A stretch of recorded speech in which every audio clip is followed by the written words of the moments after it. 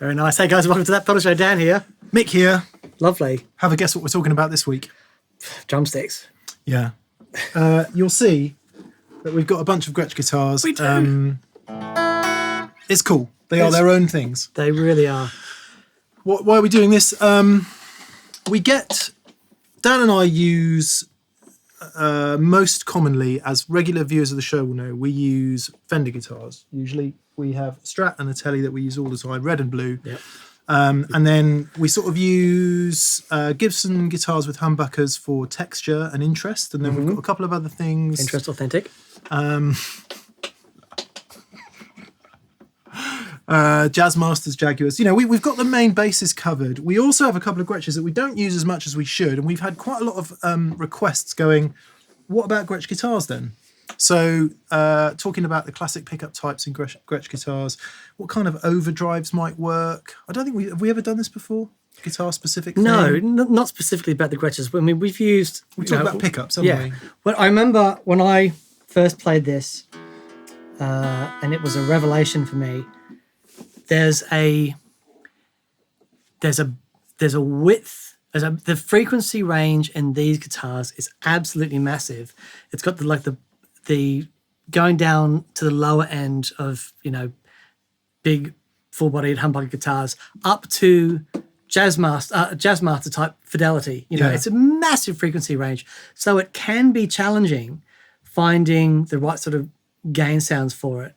But also there are so many different sorts of pickups and they're all their own thing. And yes, and I do find that a bit confusing at times. So we've called in a bunch of guitars. We go all the way back to the DynaSonic equipped Duane Eddy type guitar. We then come forward a bit to when they had Filter'Tron type pickups, Chet Atkins. We'll cover some of this off.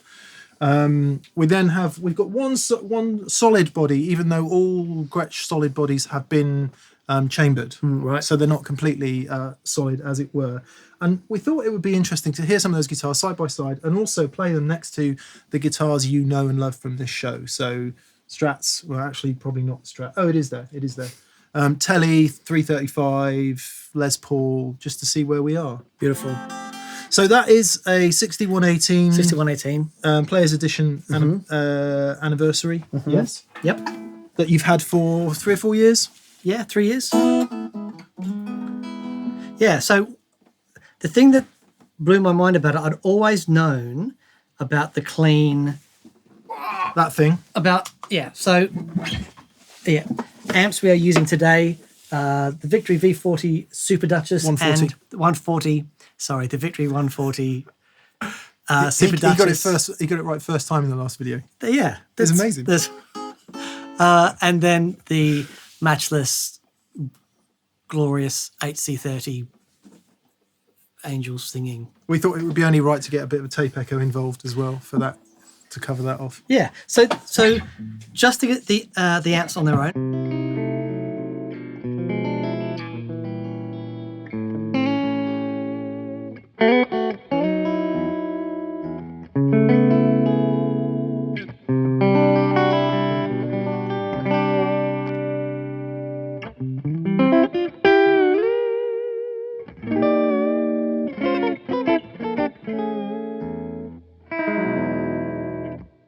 Add a little bit of tape delay to that.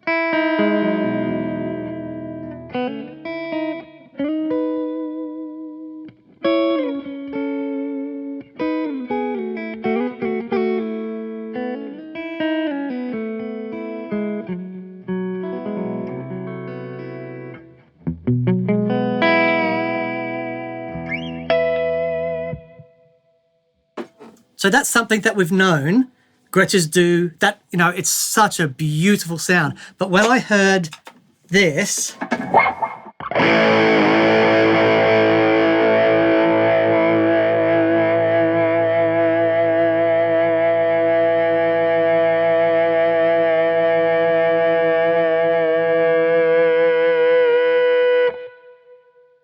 so what's amazing about that for me is we're not loud. For me to get a guitar, well, it's not crazy loud. It's very reasonable. I think the dB meter tells the story. Yeah. Okay. It's probably louder than I would get to play at home, but sure. Yeah, it's not like it's not crazy loud. No. But for me to get that sort of response from another guitar is really challenging. Yeah. But it's a bit of overdrive and it's all there. So that immediately I was, you know, I knew there was something there that was worth exploring. It was such a great sound. It's worth a touch point, isn't it? If you know about Gretsch guitars and you're a fan of Gretsch guitars, then you will know all about Pete Townshend. You'll probably know about Billy Duffy. You'll probably know about many rock situations in which they're used with that lovely crunchy sound. Malcolm Young, How Can We Even? Yep. Who Can We Honk? Who have we just talked about? Billy Duffy, I can honk. Can you? Yeah. Wow, that's A few impressive. times, actually. Do you know, here's an interesting digression for you. Billy Duffy and Johnny Marr were kind of schoolboy friends. No I don't know about way. schoolboy friends, but they were in sort of contemporary bands of the time. There's Johnny, Amazing. one for Johnny, one for Billy Duffy. Who else did we talk about? All your mates. Angus I don't know. never anyone. met Malcolm, unfortunately. Pete Townshend never met him. And that's it. That's all we've talked about so far, isn't Right. it? Yeah. Anyway, you'll know all about You've that. not talked to Pete Townshend? No, Interesting. don't think so. Okay. He was always quite grumpy in magazine world. Right. Yeah, anyway. But he had a great Smattering. 6120 into a Fender Bandmaster sound, Okay. which was that sound. Was he using high watts at live at Leeds? It was, I think, I don't know about live at Leeds, but the Won't Get Fooled Again is a 6120 in a Bandmaster. Really? I think so. Yeah, look, go on. Have a schwang down. Obviously, we don't have a Bandmaster here, but I'm going to approximate it with a Hudson Broadcast.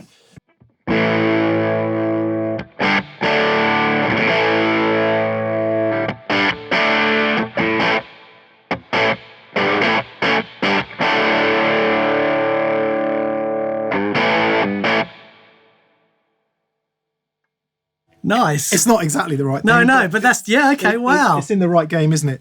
Hudson Broadcast, saviour of all amazingly brilliant, kind of crunchy, gainy. All I did there, just in case you didn't see that, rolled off the bottom end considerably and then just turned the gain up, obviously. What a killer sound. That's that sound. All right. Wow. This is an Electromatic 5422, so it's a less expensive range. Gretsch has 3 current ranges: Streamlinos, where they begin, Electromatics in the middle, and then the Professional Series, and then Custom Shop on top of that. But This is sort of the White Falcon shape, right? Yeah. Similar to that double cut White Falcon shape. yeah, in the 60s, they kind of, a lot of the models went double cut. Right. Obviously, this is the same body, Okay. more or less. This is a single cut version, Okay. double cut version. Okay. Yeah, cool. So we heard that in the intro. Let's get into some of these other guitars. And I think what would be good, Dan, if you're willing, I'm always willing. I'm genuinely interested just to plug them in and see. We deliberately haven't done very much pre-production today. Not that we ever do very much pre-production, just to, just to make that point. But because I think some of the instant reactions will be more interesting. Okay, so tell me about this guitar. I know Right, I've played a couple of these pickups before. I had to write some blooming notes down, of course.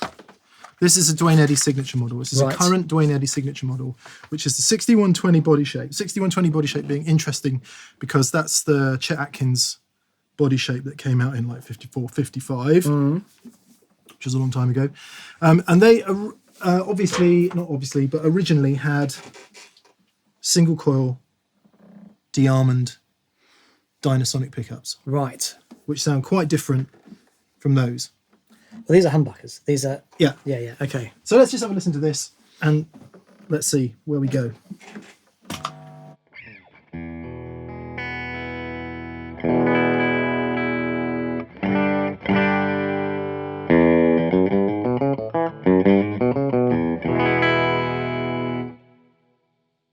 Tell you what's interesting about that is there's loads of bottom, loads of top, but it's clear, isn't it? So clear. Punchy. Yeah. It's amazing. We're not going to do too much of this. Can you make that a bit shorter, please?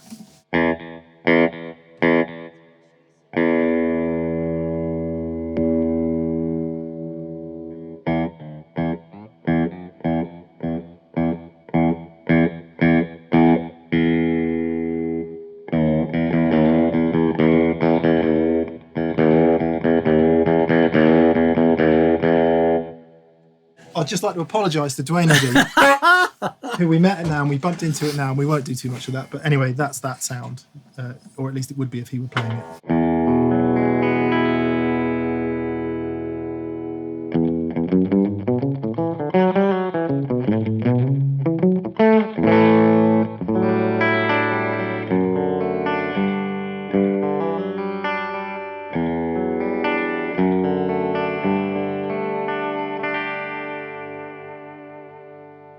Bridge pickup. Okay. Everything flat out, bridge Right. pickup.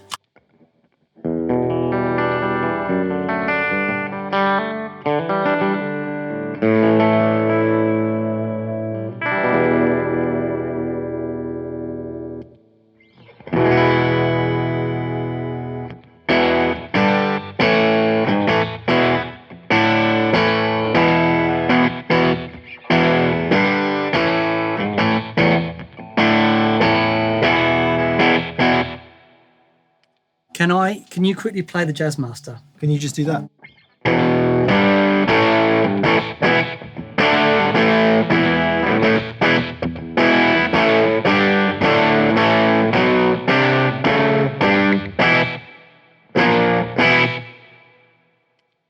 Exactly what you played. Listen to the acoustic guitar quality in this.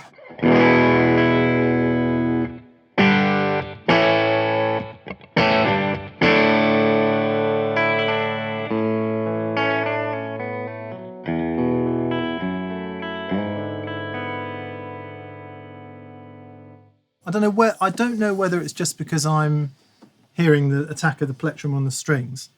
No, it's all there. It's all coming out here. Yeah. It's amazing. It's mad. Sorry, the broadcast is on, by the way, but it's just on in a. Can you light before? gain Don't change way. anything. Don't change anything. I want to hear. Give me that. I want to hear the Jazzmaster. The reason I want to hear it is because the Jazzmaster is the only other guitar I've heard that has anything like that sort of top end fidelity.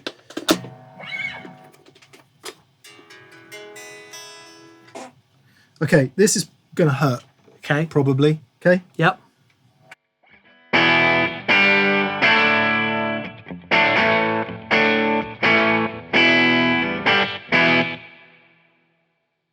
So you hear what I mean? It's got that crazy top end, Yeah. but this has got the range of frequency in this is astonishing. I think that's what it's like the acoustic thing that you're saying. It's like the frequency range of an amazing acoustic guitar. And it absolutely comes through. Yeah. Here we go then.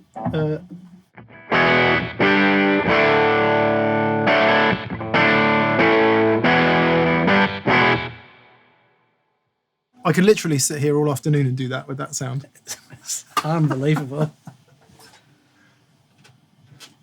Can you do the Jet? Hang on, let's just go back to that. Let's okay. remind ourselves. There's probably people going, oh my God, you can't just play power chords on that beautiful guitar. Yes, I can.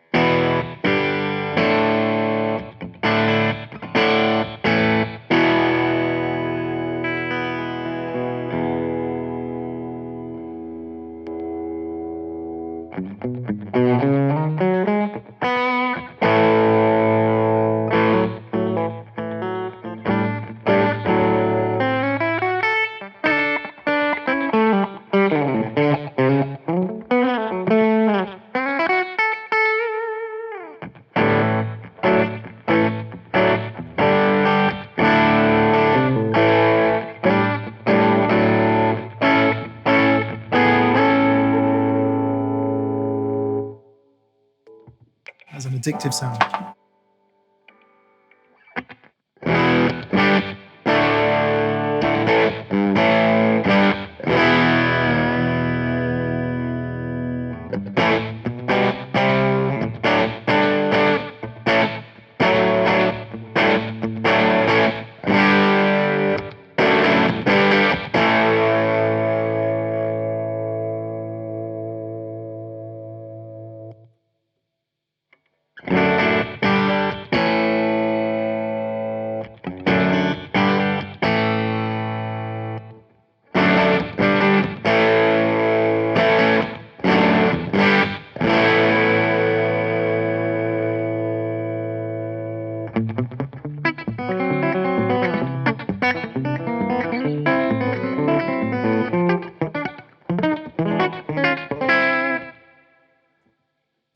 we must touch on that. Okay, so this is really interesting. Let's talk about pickups for a minute. So these are kind of some rare TV Jones Ray Butts edition. I've written this down. I've had to write it down because I can't remember. My brain doesn't work to remember these things. Did Ray Butts know Seymour Duncan? Yeah, Did they? they made a pickup together. Seymour Duncan and Ray Butts should get together, design a pickup. It should be called the Ray Duncan. The Ray Duncan. Yeah. These are the TV Jones. I've had to write notes because obviously I can't remember names of things. Full fidelity Filter'Tron. So they are basically a really bob-on 50s type Filter'Tron. So not wax potted, scatterwound, etc., version of the Filter'Tron. Filter'Tron's interesting as a pickup. As you just heard there, it's a humbucking pickup. Mm-hmm. I'll try and make this a short tangent, but if you go onto like any or most pickup manufacturers' website, they'll quote something called a DC resistance figure, which is quoted in kilo ohms. Yes. K. 1,000 ohms. 1,000 of ohms. And if you take a Strat pickup, for example, it will be anywhere between 5.5 and 7 for a traditional Strat pickup, 5 to 6.5 maybe. Gibson PAF humbuckers, 7 to 8. Really modern, crazy buckers. 20. Yeah, anything from 12 to 20. I had a Seymour Duncan Invader, friend of Mr. Butts, and that measured 19.5K. Wow. It was a crazy sounding thing as well. Yeah. All mids. So you associate that with the output and therefore the loudness of the pickup. But to labour a very badly made point already. So these are going to measure somewhere 8-9K. Right. Filter'Tron 4 to 5. Wow. I mean, there's been many different types of Filter'Tron over the years, and there are more modern ones like Powertrons and things like that. But in traditional spec, the DC resistance rating is much lower on that kind of pickup than it is on this kind of pickup. Right. And yet, wow, that's fascinating. Which guitar sounded louder out of these two? Yeah, this one. So it doesn't mean anything really. It just means that it's just not the arbiter of guitar output necessarily. Because that guitar, I mean, they're similarly constructed in terms of the body style, the body depth. Maybe we talk about bracing a little bit in a minute. But other than that, they're very, very similar guitars. And that one, I would say, is sort of fatter and fuller and louder than this one, wasn't it? Yeah, definitely. So, yes, this is the 6120 Chet Atkins. Yeah. Now, I didn't know this, but apparently every guitar in the olden days that left the factory with a Bigsby was a Chet Atkins model guitar. I didn't know that either. Isn't that amazing? Yeah, I didn't know that. So, because I'd only ever seen there's the Country Gentleman, which is one that I knew, which is that had the big brand and stuff. Yeah, like it was that. later. Yeah, but there are a bunch of different Chet Atkins guitars, and the brand I think was actually the first. I think the brand appeared early. Okay. And there was some discussion about whether it was too Western because it went with other appointments. Right. I think the brand was earlier. Yeah. Okay. I think. But there you go. Every Chet Atkins guitar had a Bigsby. And if it didn't have, if it came out of the, you could order them, custom order them. But if it was a factory guitar, if it had a Bigsby, it was a Chet Atkins model. It is worth. I'm trying to work out if I ever spoke on a phone to Chet. I don't think I did, but I did write quite a lot of articles on him, and I think it's just worth reflecting on Chet for a minute because, again, I'm going to make a massive generalization. Most people will know Chet Atkins as a famous guitar player, but there are many interesting things about Chet Atkins. The first of which is that's his guitar. Yeah. So all your Brian Setzers, all the 6120 shapes is his signature guitar, and I would say that's as significant as Les Paul. Because when you look at a Les Paul and you go, oh, it's called a Les Paul, I bet there are kids alive today that have literally no idea that Les Paul was a geezer. And I suspect when you look at that guitar and you see that shape, not everybody goes, wow, that's Chet's guitar. Yeah. I would love to know what Chet was listening to, because what he came up with was just so unique and virtuosic, and it's like I get guys today doing that because of the amount of stuff they've got. Yeah. But what was Chet listening to go? Well, he was listening to everything, because one of the other interesting things about Chet Atkins is he was a record producer, but he was also head of A&R for. Was he working RCA, 9 to 5? What a way to make a living. For RCA Records. And I think, I'm sure I've said this before, but I'm pretty sure he signed Dolly Parton and the Everly Brothers, among others. Amazing. So he was right there among that. And if by some twist of whatever you don't know who Chet Atkins is, please open up Google right now, or any other search engine you care to use, and look for Mr. Sandman, and it's a TV appearance from the 50s, mid-50s. And he plays Mr. Sandman, and he plays a bunch of other stuff. Black Mountain Rag's another one, and they're just readily available on YouTube. And just watch the guy; that's the one mesmerizing. They're sitting around on haystacks, right? Yeah. And just looking at him, going, yeah. And his set there with the band as well, sort of looking on it in awe. Yeah, amazing. Yeah, amazing. So I think it's just worth a second to reflect on that, and that's. That is Chet's guitar. This is a limited edition version, and it's limited edition for a few reasons. One, it has these pickups that we just talked about.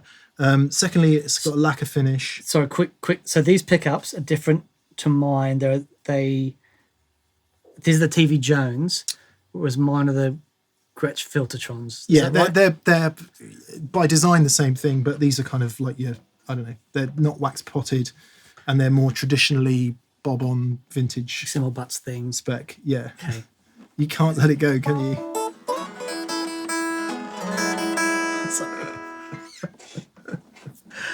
That's a proud moment. I only know one slightly picky thing, but I want to play it. So can we swap for a sec? Of course.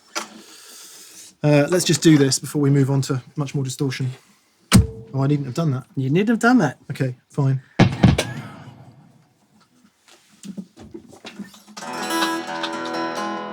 Right. Let's get this right then, Dan. So.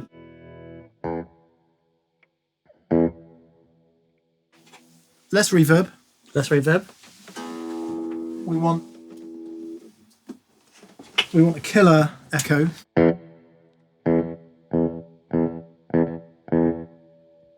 Less bottom end.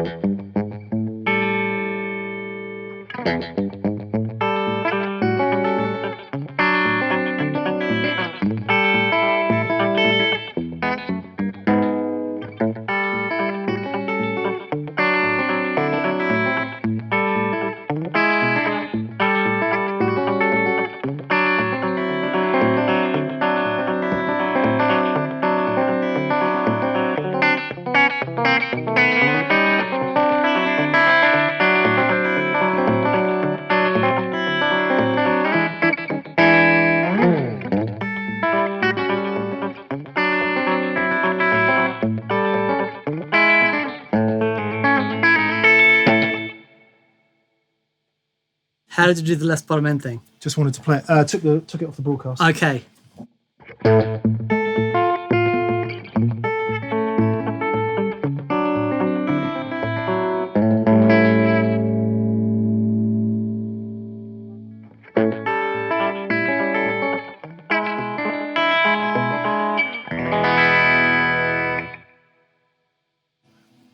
Awesome. I think we leave that there, because if you really want to watch that, call up that YouTube thing and watch Chet do it. The sound, the playing is just astonishing. So where are we then? We're mid-50s. 58, the Filter'Tron pickup comes along. Mm-hmm. I try not to make this too much of a history lesson. A, because my Gretsch knowledge isn't great, but B, it's not really why we're here. But another interesting tangent. Seth Lover, who may well have known Ray Butts, I don't know. But it's kind of interesting because what happens in 58 at Gibson? Oh, the PAF. Yeah, the Which is, humbucking- yeah, of the course, humbucking which pickup is, comes which out. is And the who gets the patent on it? Gibson. Seth Ray. Oh, Yeah. yes, right. Yeah. Seth Butts. Love it. So, legend has it, and I'm sure there are many forums where this is discussed at length. But you've got, these two humbucking pickups being developed in parallel, basically. Independently. Supposedly so, yeah. Well, because Gretsch was in New York, yeah, Yes. They were in Brooklyn, in New York, and Gibson were in Kalamazoo, Michigan. I don't know how far away that was. And of course, there was no communication technology in those days because there was no internet. Anyway, yeah. So 58, the humbucker comes out in this form, in Filter'Tron form, and in Gibson PAF form. Hang on, Simon's just pointed out that it was 57, not 58. Gold tops appeared in 57 with humbuckers. And we played one, didn't we? We did. We played a proper one. So yeah, who knows? But anyway, it was roughly the same time, and they roughly hit at the same time. And I just think, again, that's worth a bit of reflection. Yes. Okay, do we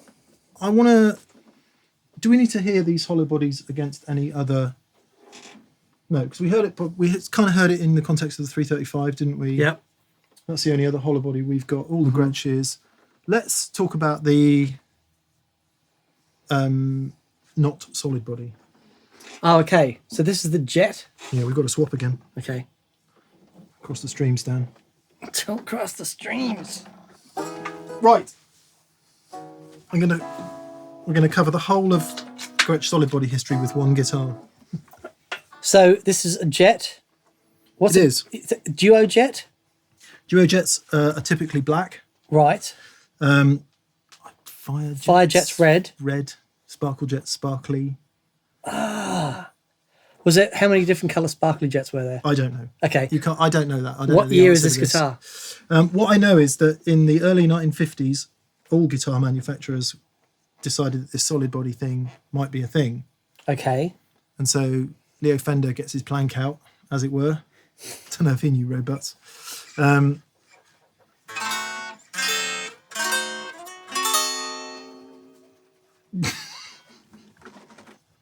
And we're back in the room. We'd just like to apologise for the boyish humour today. I think it's been a warm day.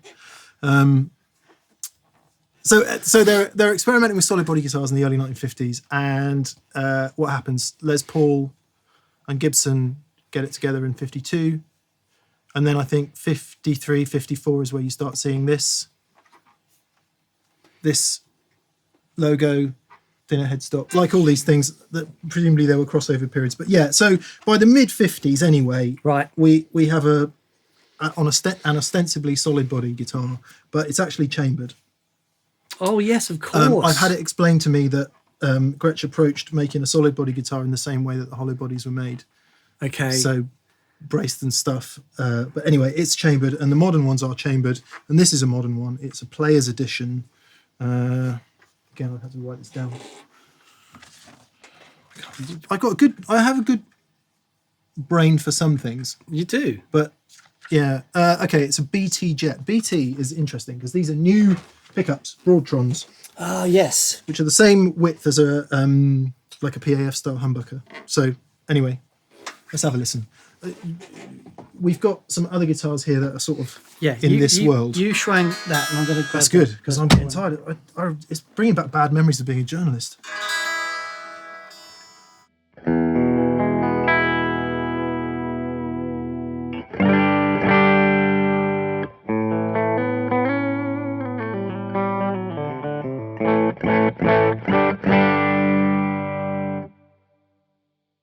That's interesting.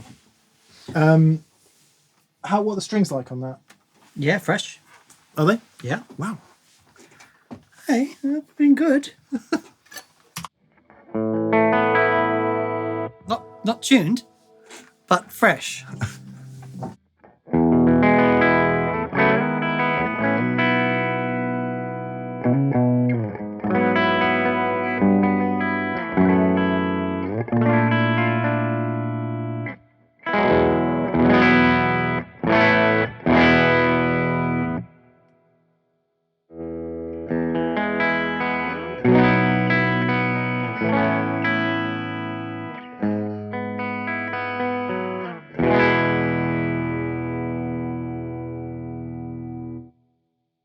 That's the twang.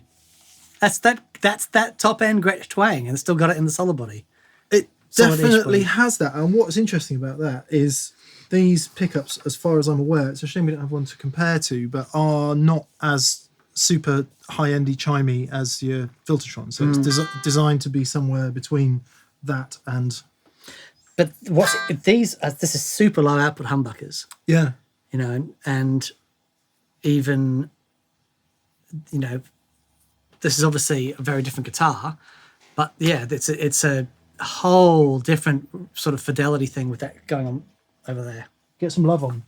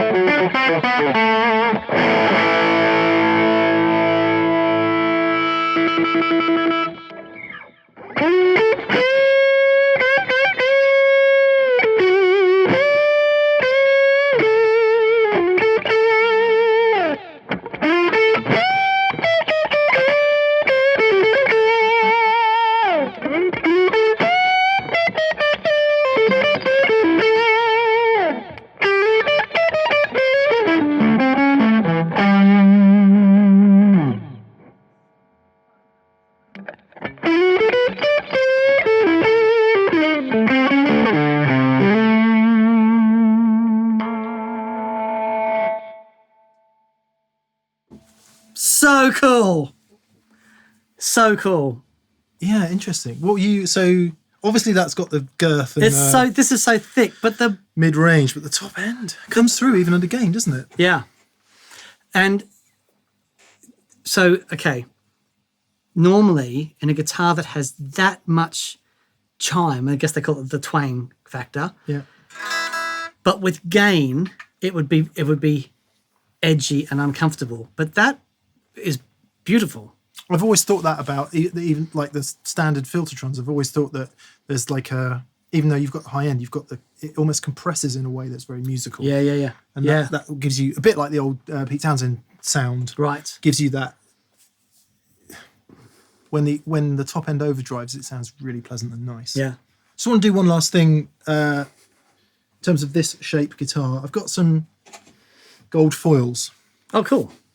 You have a whack on this.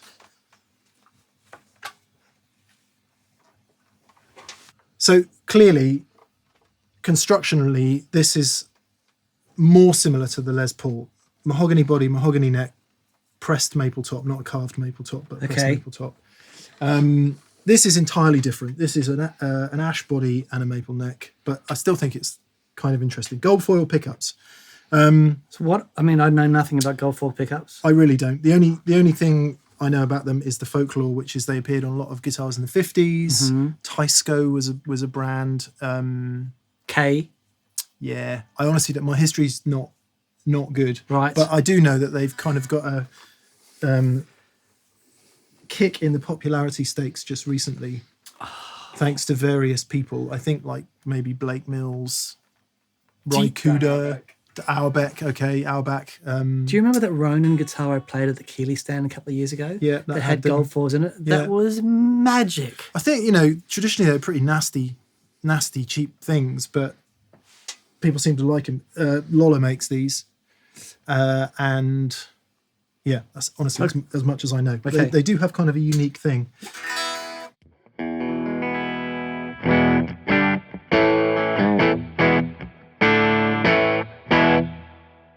Woo! More direct than I was saying. I remember them compressing a bit more than that.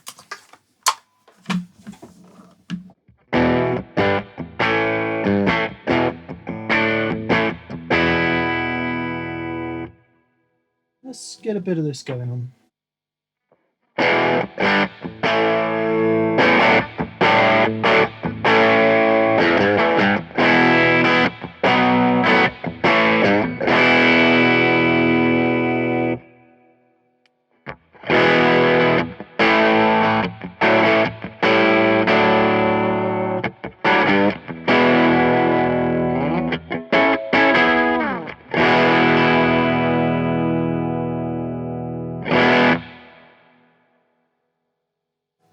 Quite a different thing, isn't it? Yeah. But I mean, both. Sorry, be more specific. What I mean by that is that these guitars are quite a different thing. Mm-hmm. Let's just put that into one final piece of context. Mm-hmm.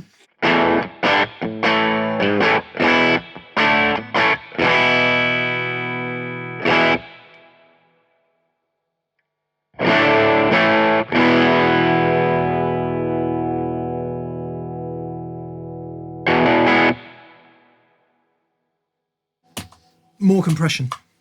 Right. And that's kind of under gain. I definitely get the compression thing out of gold foils that I don't necessarily remember from the single coils. Yeah, it's hard to say with the Broad'Trons actually. But yeah, that top end chime thing, nice. It's and right. It's quite consistent. It's there are differences, but every single one of those guitars, even your, I mean, what's the retail on your Gretsch? 800, right. 900. And it still has it. It still has that. Yeah, that although these twang. are different. These blacktop jobs. Here you go. Let's get this the right way around again. Blacktop Filter'Trons came along later. Right. And again, I don't know. You talk about one pickup type with these sweeping statements as if they were all the same in the way that, you know, all Strat single coils aren't the same and all Gibson humbuckers aren't the same. I'm quite sure that all blacktop Filter'Trons aren't the same. These ones definitely lower output, or the guitar has less volume than most of the Filter'Trons we've tried. But I think that gives this guitar its own thing. Doesn't actually have that super chimey traditional Filter'Tron thing, I don't think. But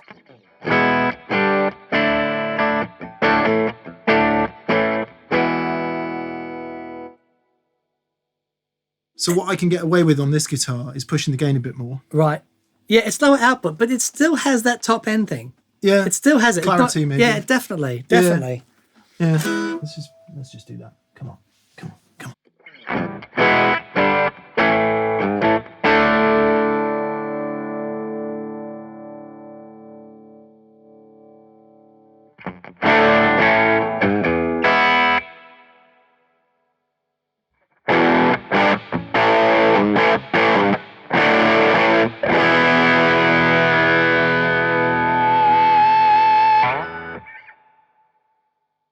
It's quite a lot more, isn't it? Yeah, man, this thing is absolutely magic. Okay, right. We've struggled a bit through a semi-history lesson. I think it's always hard when you're trying to remember facts and pick up and put down loads of different guitars because you don't really. Yeah, but it's quite difficult to settle. But hearing the differences between the guitars, I think, has been really interesting. I think what we should do is just have a play. Sure. And get some sounds going. Yep. And see what we think. Great. Does that work? Perfect.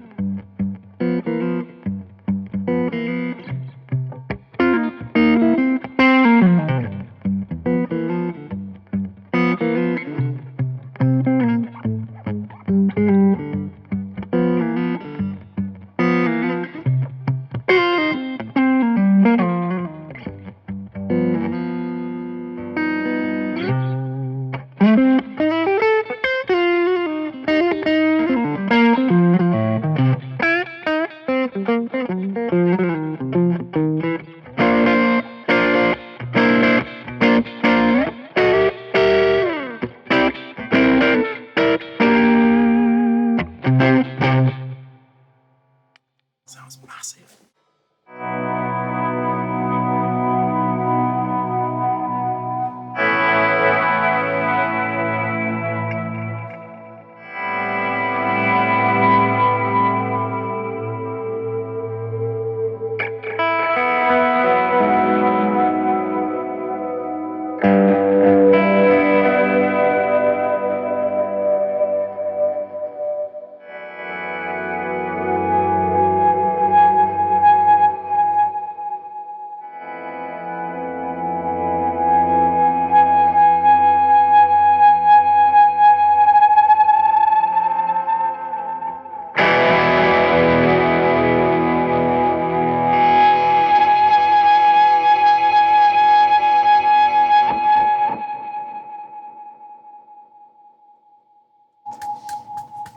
I got nothing. I got nothing on that. That was awesome. What fun. We should do that Wonderful. more often. It's just wonderful. Cool. All right. So, interesting show. We compared some guitars. We've had a listen to some things. Hopefully it will prompt a load of questions. I will just say, on any of our spec points, if they're a bit dodgy, please check the Gretsch website, because it's hard to remember stuff, and I don't know in the first place, and neither do you. So please double check facts and things like that. We're not here to be a living encyclopedia of guitars. It's not really our thing. But anyway, it's been really interesting listening to the different sounds of stuff today. This type of thing needs to be part of the family, I think. It's a totally different thing. It is. It really is. Yeah. There's a bit of Seymour love and butts going on. Also, Neil Finn plays one very similar to this, so... My guitar eyes are wide at this point, which doesn't need to happen. Anyway, yeah, cool. There we go. Thanks, guys. Hope you enjoyed that. Thanks for watching. Please subscribe if you haven't subscribed. Also, a massive thank you to our preferred retailers in the UK and Europe is... Anderson's Music of Guildford and Surrey, where I dare say you could probably buy a Gretsch or two. Yes. And in Australia... would be Pedal Empire of Brisbane, Queensland. I don't know if you can buy Gretsch guitars there. No, but you can buy pedals that Gretsch guitars plug into. Yeah. And that's kind of the same thing. Not really. Also, a massive thank you to all of our patrons on Patreon. Thank you. Yeah, thank you, guys. We couldn't do it without you, so thank you. And to anyone that's gone to thatpedalshowstore.com and purchased T-shirts or backing tracks or D&M drives or... all kinds of orange things. Oh, yeah. Sadly, not this, but orange things nonetheless. So massive thank you to everyone. And also to everyone that's commented on the video. Thanks for watching and have a great day, and we'll see you soon. Cheers, guys. Bye.